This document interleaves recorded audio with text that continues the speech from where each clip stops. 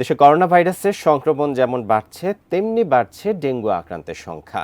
ঠাকুরগাঁয়ে বাড়ছে করোনা ভাইরাসের প্রকোপ। হাসপাতালে কিট না থাকায় হচ্ছে না নমুনা পরীক্ষা। বিস্তারিত জানাতে ঠাকুরগাঁও 250 শয্যা বিশিষ্ট জেনারেল হাসপাতাল থেকে যুক্ত হচ্ছেন প্রতিনিধি M S Samad. M S Samad, যেমনটা বলছিলাম যে হাসপাতালে কিট না থাকায় সেখানে করোনা পরীক্ষা করা যাচ্ছে না, তো এ ব্যাপারে কর্তৃপক্ষ কোনো ব্যবস্থা নিচ্ছে কিনা?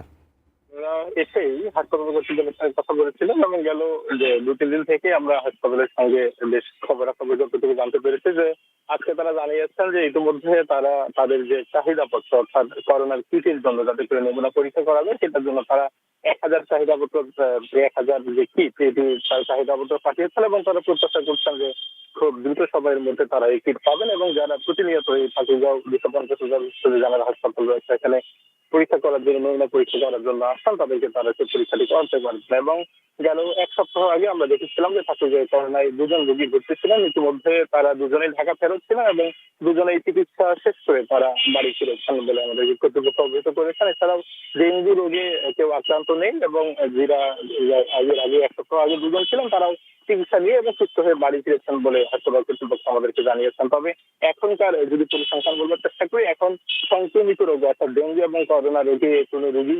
250 জেনারেল হাসপাতাল রয়েছে এখানে নেই। তবে প্রতিনিয়ত বেশ প্রায় এক সপ্তাহ ধরে বা প্রতিনিয়ত যারা মানুষ রয়েছেন তারা বিভিন্ন রোগী আসছেন এবং অনেকেই এই যে করোনার যে নমুনা সেটি পরীক্ষা করার জন্য আসছেন। তবে হাসপাতাল কর্তৃপক্ষ বলছেন যে এই সপ্তাহের মধ্যে তারা যে করোনার যে কিট সেটি তারা পাবেন এবং সেটি পেলে তারা এই নমুনা পরীক্ষা করতে পারবেন। অন্যদিকে যারা চিকিৎসক রয়েছেন এখানকার যারা বিশেষজ্ঞ রয়েছেন তাদের সঙ্গে আমাদের কথা হয়েছে, তারা কিন্তু বলেছেন যেহেতু দেশের চোখ রাঙাচ্ছে বিশেষ করে করোনা ভাইরাসে করোনা যে নোবেল ভাইরাস সেটির কারণে তাদের সতর্কতার কথা তারা বলছেন সামাজিক দূরত্ব বজায় রাখবার কথা এবং পরিষ্কার পরিচ্ছন্নতা থাকবার কথা এবং এর আগে যেভাবে করোনা ভাইরাসের শুরুতে যেভাবে প্রকোপ ছিল এই প্রকোপ এড়াতে যেভাবে সাধারণ মানুষ সচেতন ছিল সেই সচেতনতার কথা কিন্তু জানিয়েছেন এখানকার যারা